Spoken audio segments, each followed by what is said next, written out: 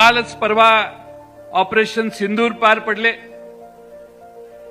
Operation सिंदूरच्या साठी आमचं हे ऑपरेशन का करण्यात आलं यासाठी देशानं जगभर संसदेच्या शिष्टमंडळांना पाठवलं।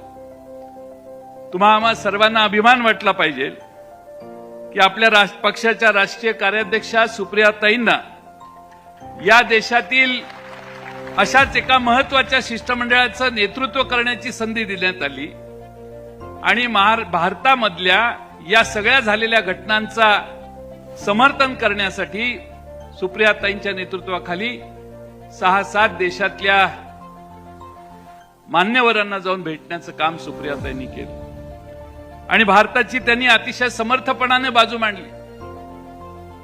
कोणताही आतताईपणा त्यात नव्हता।